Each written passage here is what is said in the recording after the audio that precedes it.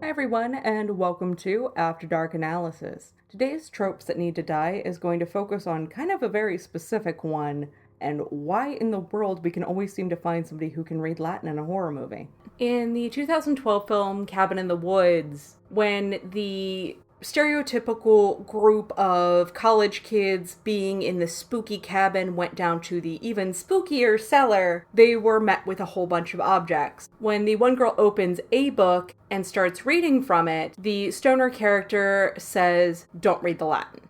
And that's what we're going to talk about. Why in the world do people keep reading the Latin? The big issue with this one is it relies so much on weird information already being established in the character. Latin's a dead language. People just don't go around speaking it. I took Latin in high school, and we didn't speak it so much as we learned to write and read in it, because odds of us ever having to say anything in it were slim to nil unless we went to Vatican City, which most of us weren't probably going to meet the Pope.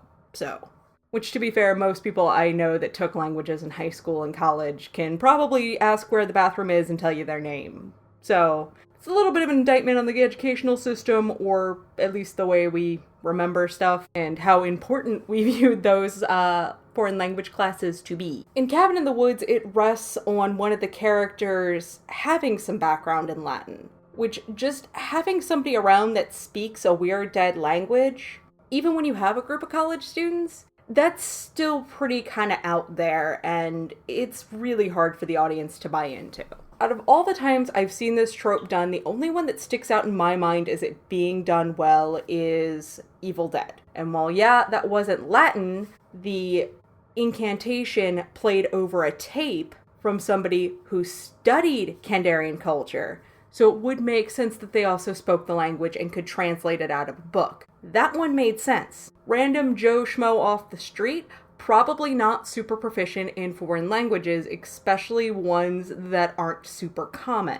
At least all of this is true in America. I know other parts of the world are much more multilingual than we are. But I live in America, and I'm talking from the standpoint of an American citizen, and we're all like, speak English or die, live free or die. So sorry if this isn't fitting your cultural narrative. But I think my point stands of most people don't speak dead languages because they are just that, dead languages. And even when we do get somebody that supposedly knows, it's always such a flimsy grasp that you can tell that they're struggling with the words. So it is safe to say they are probably mispronouncing them.